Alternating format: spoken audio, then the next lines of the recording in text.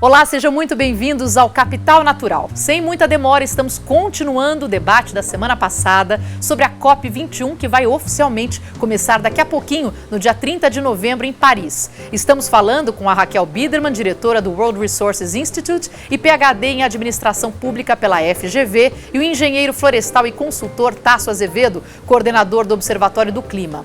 Na semana passada, nós falamos do histórico e da importância das COP e desta 21 em particular, mas agora eu quero puxar a conversa um pouco para falar sobre os aspectos mais específicos, como o papel de cada país, por exemplo, incluindo o Brasil, é claro. Bom, então vamos começar essa discussão. Qual é o papel do Brasil daqui para frente? Como é que a gente pode colaborar para essa nova meta? O Brasil tem um papel, acho que promissor. A gente está indicando uma mudança de rumos com relação a compromisso. Foi celebrado aí o compromisso anunciado recentemente. E o que a gente precisa para entregar esse anúncio, né, esse compromisso que a gente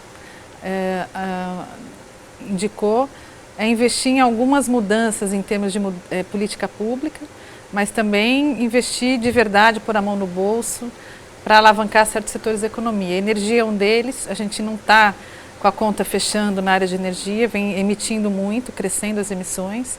Investir mais na alternativa solar e eólica é fundamental. A gente tem que se afastar do consumo de petróleo para transporte, enfim, para os setores, para os diferentes setores que consomem petróleo, mas também vai depender de investimento privado, né? As empresas têm que fazer a sua parte, seu papel.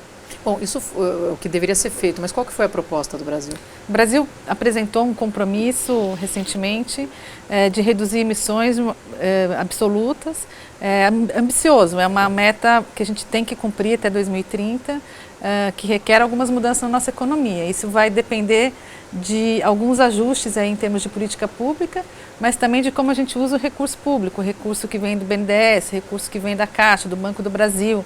Um exemplo é como que vai ser a agricultura daqui para frente. A gente vem financiando uma agricultura que emite muitas emissões.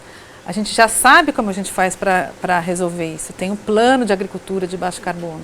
Implementar esse plano é fundamental. A gente já anunciou isso há alguns anos atrás e agora o recurso tem que ir de fato para a ponta. E não é só dinheiro, tem uma questão de capacitar os produtores rurais, né? Tem uma parte toda de treinamento para o uso desses novos métodos. A Embrapa vem desenvolvendo isso há muito tempo. A boa notícia é que no Brasil a gente já domina essa tecnologia de agricultura de baixo carbono, a gente só precisa ir para campo com ela. Então tem que priorizar isso. A gente tem como, sabe como e não colocou em prática ainda. Eu acho que assim, talvez o contexto do que o Brasil está se propondo a fazer.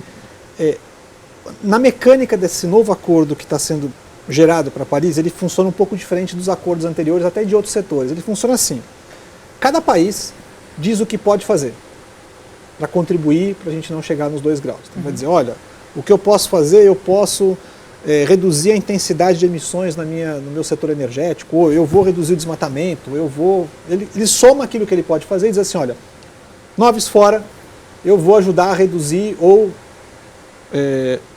fazer um desvio do meu caminho atual para reduzir as emissões até o ano X, 2030, 2025, que seja. Então cada país diz o que quer fazer, voluntariamente, e aí você junta tudo aquilo e vê onde a gente vai chegar. Se todo mundo cumprir aquilo, onde que a gente consegue chegar? Estamos mais próximos dos 2 graus ou não?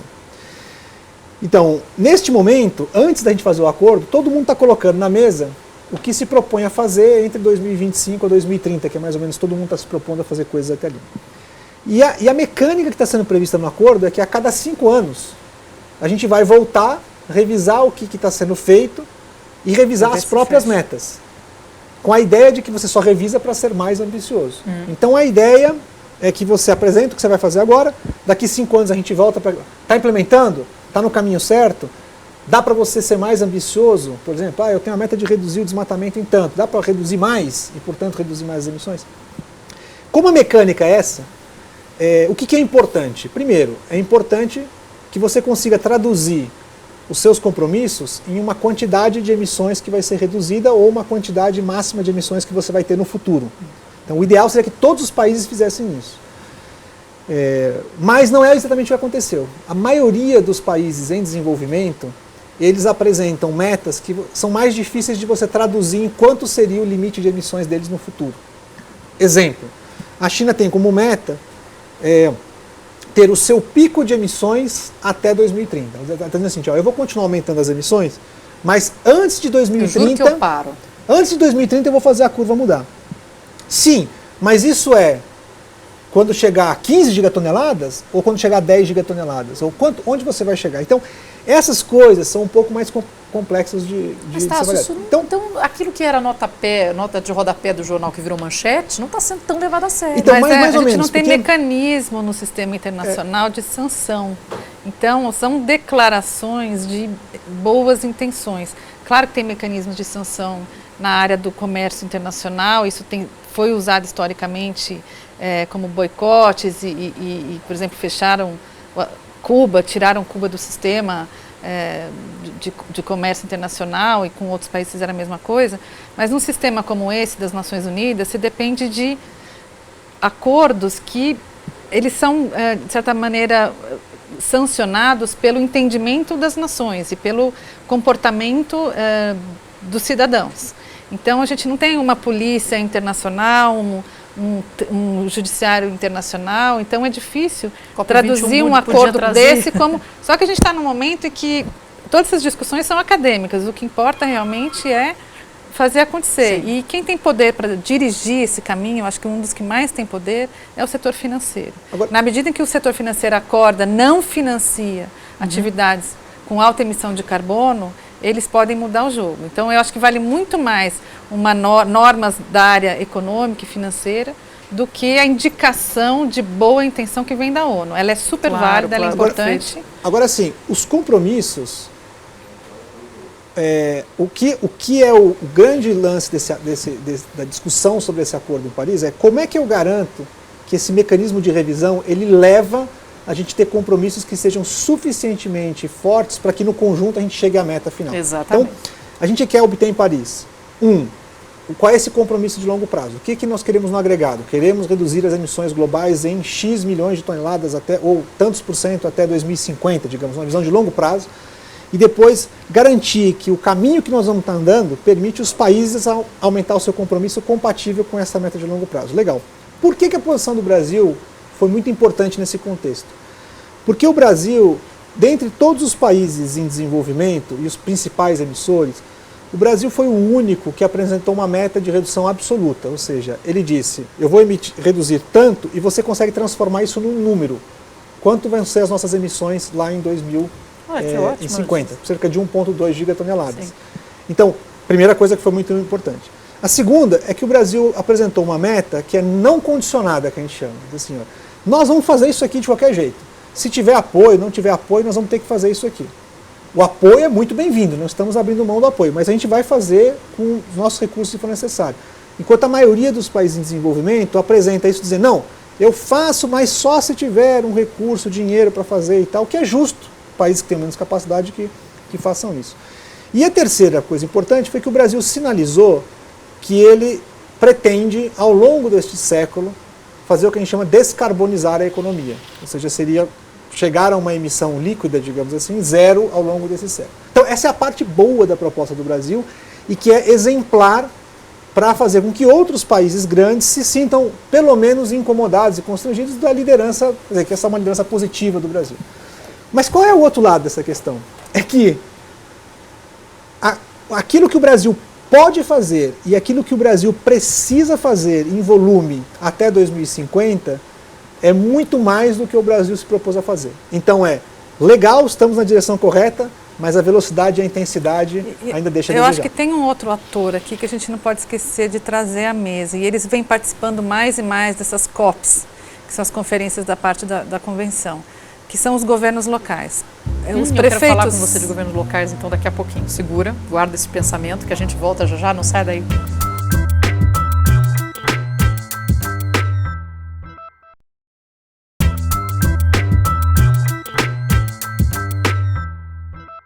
Estamos de volta com o Capital Natural, que hoje fala da COP21 e da ciência do clima. Conversamos com o Tasso Azevedo, coordenador do Observatório do Clima, e com a Raquel Biderman, diretora do World Resources Institute.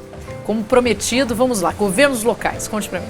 Então, os governos locais cada vez mais assumiram papel nas negociações internacionais. Não que eles tenham direito a negociar o texto desses detalhamentos da convenção, mas eles estão presentes nas COPs. Tem eventos que reúnem muitos prefeitos. Ele acontece governo local, né? Prefeito, prefeitura, governador. Governo, é subnacional. Governador e nível do governo Teremos do estado, representação província. do Brasil desta forma lá ou não? Sim.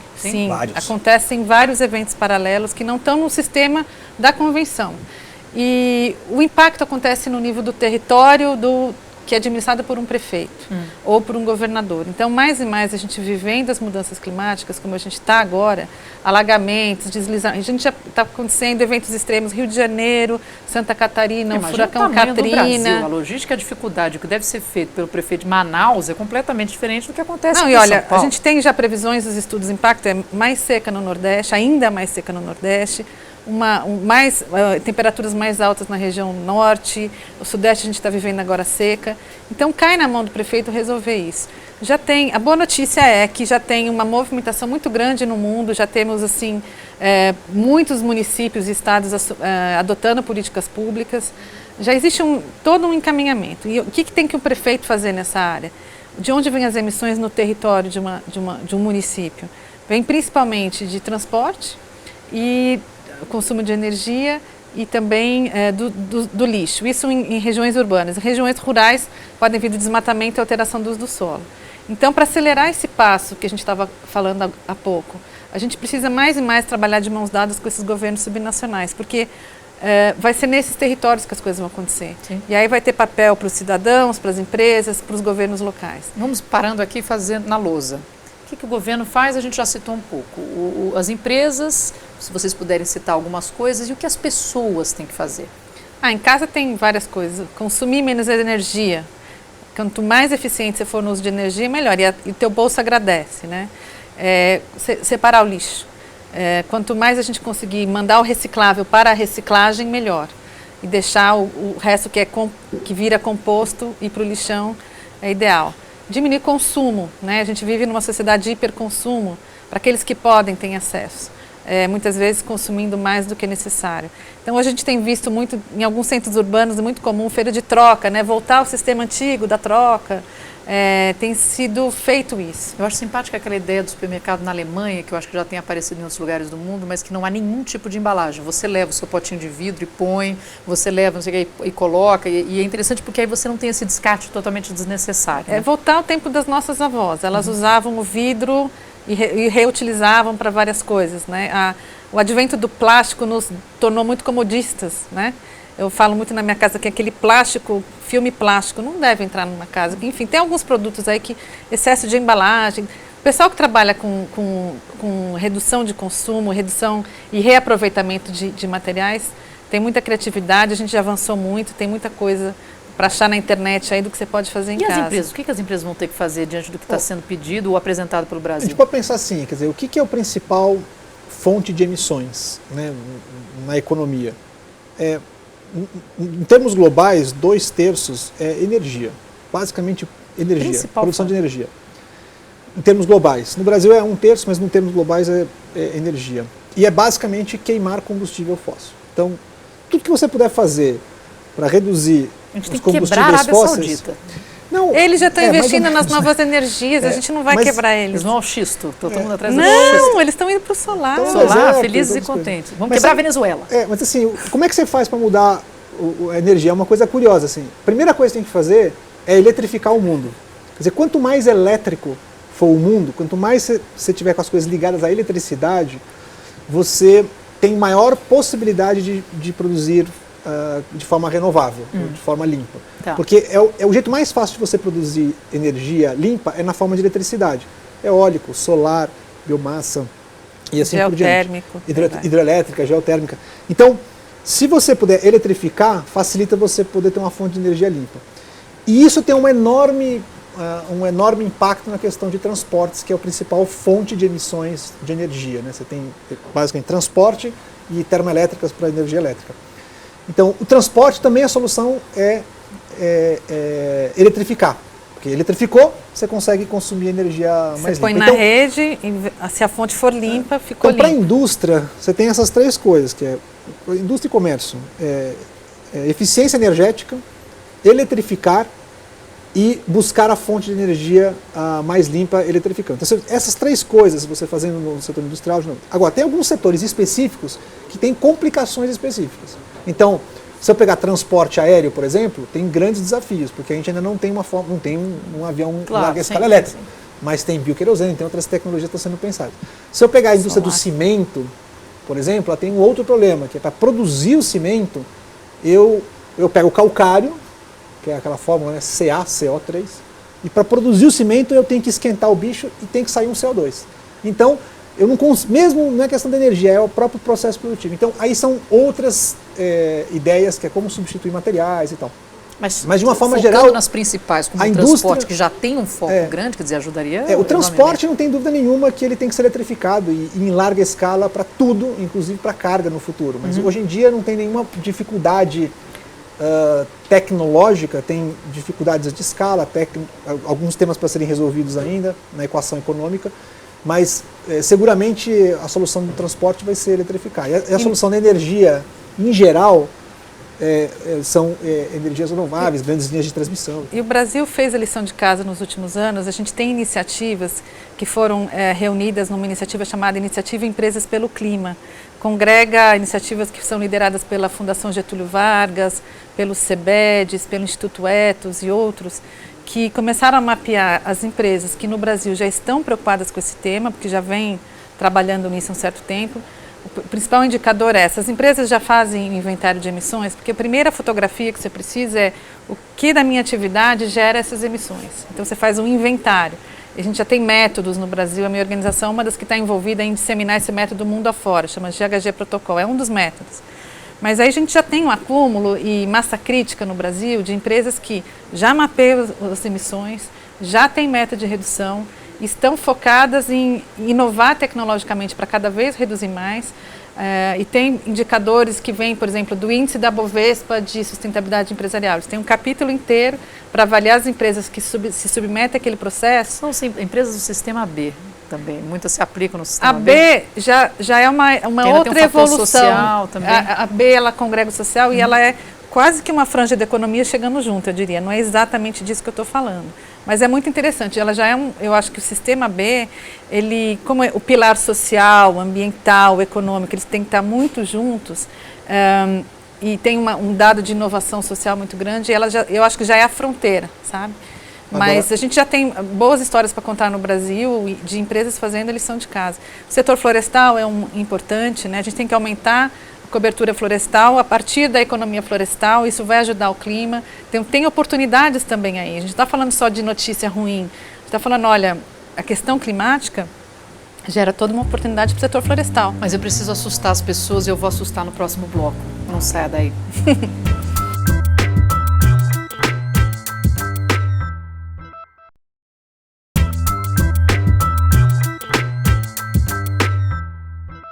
Estamos de volta com o Capital Natural, que hoje fala da COP21 e da ciência do clima. Conversamos com o Tasso Azevedo, coordenador do Observatório do Clima, e com a Raquel Biderman, diretora do World Resources Institute. Quando eu li, eu fiquei com medo e vou passar isso para todos, porque vi que passar de 2 graus é extremamente grave. O que acontece nesse cenário?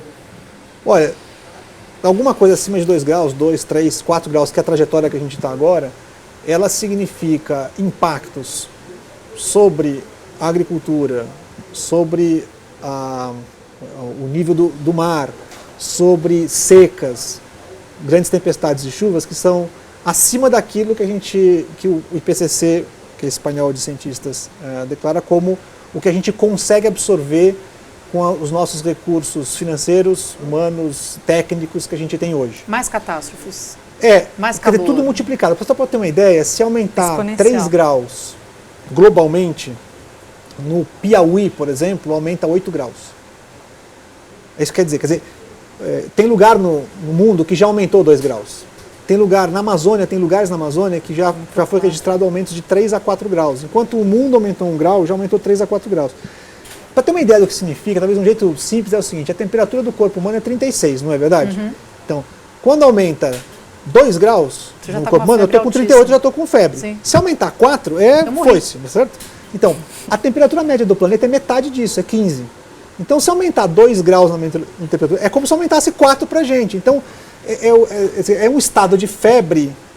Para o planeta em si não tem muito problema. O planeta vai continuar aqui. Ele não precisa da gente. Mudou as espécies, a crosta mudou alguma que coisa. Não está dando certo, não veio para lá. Quer dizer, um câncer não dá certo numa bactéria que não funcionou. Bactéria. Na verdade, isso é um problema da humanidade. Oh, meu Deus, mas eu tenho pouco tempo no programa, eu sei que eu estou devendo 1/3 dessas explicações, né? Não, é só dizer assim que eu acho que é importante que a gente notar que no caso do Brasil, embora no mundo 2/3 das emissões é a parte de energia, no Brasil, esses 2/3 é desmatamento e agricultura. Então, no nosso caso, é muito importante que sociedade, empresas e governos estejam focados em resolver 2 problemas. O problema da pecuária, a pecuária emite bastante, é o principal fator de emissão no setor agrícola, e que você pode fazer isso pelo melhor manejo das áreas de pastagem. Então, se você fizer um bom manejo das pastagens, você compensa a emissão do boi, e aí você consegue equalizar essa situação. E é bom, porque melhorar a pastagem significa melhorar a renda do produtor e assim por diante. E por outro lado, a gente precisa acabar com o desmatamento. O desmatamento é algo que, quer dizer, conta por uma quantidade muito grande das nossas emissões, ele ameaça o nosso regime de chuvas e ele ameaça a nossa biodiversidade, que é uma das nossas principais riquezas. Então, ações que andem casadas em todos os setores para isso são importantes. Então, um exemplo para a questão do papel das empresas, por exemplo, é os compromissos que a gente está vendo em vários setores com várias empresas de, por exemplo, não permitir que produtos que venham do desmatamento ou de áreas desmatadas irregularmente possam adentrar a sua cadeia de produção. E no Brasil foi criada recentemente a Coalizão Brasil Clima, Florestas e Agricultura, uma iniciativa de empresas e organizações do terceiro setor. Mais de 100 organizações, 1/3 do PIB, a gente calcula, está presente ali, com propostas nessa linha que o Tasso está lembrando. Ou seja, é possível fazer diferente, é possível fazer uma economia, a gente ainda melhorar as nossas condições da nossa economia e entregar essa redução de emissões que o Brasil precisa entregar. Então, temos aí gente pensando no Brasil como resolver isso e bons encaminhamentos. Agora, vocês estão sorrindo por boa parte do programa, com todo o conhecimento que vocês têm. Eu, de ter lido e vivenciado algumas coisas, fico muito mais assustada. Quer dizer, vocês estão acreditando que vai sair algo de positivo? Estão confiantes, essa palavra que me faltou? Só para a gente encerrar. Estão confiantes com a COP21? Os países já sinalizaram na boa direção, a gente está vendo acontecer na prática, já está havendo um redirecionamento no setor energético, inovação. Eu acho que a gente tem que traduzir isso na hora de eleger as pessoas, os nossos governantes, a cobrada dos nossos dirigentes. Que a gente também tem coisinha para fazer. A gente está rindo de nervoso. Mas eu acho que é um misto de nervoso e otimismo. Diferente de 2009, eu acho que agora em 2015 a gente está com muita certeza de que teremos um acordo na direção correta, que permite a gente ampliar a ambição como precisamos para chegar no bom termo. Talvez ele não tenha tudo que a gente precisa e não tenha a intensidade que a gente precisa, mas os instrumentos para que essa intensidade, essa ambição e essa redução ocorra até 2050 como a gente precisa, eu acho que isso a gente vai ter. Bom, muito obrigada. O programa fica por aqui com todas essas informações, sentimentos, otimismos e preocupações.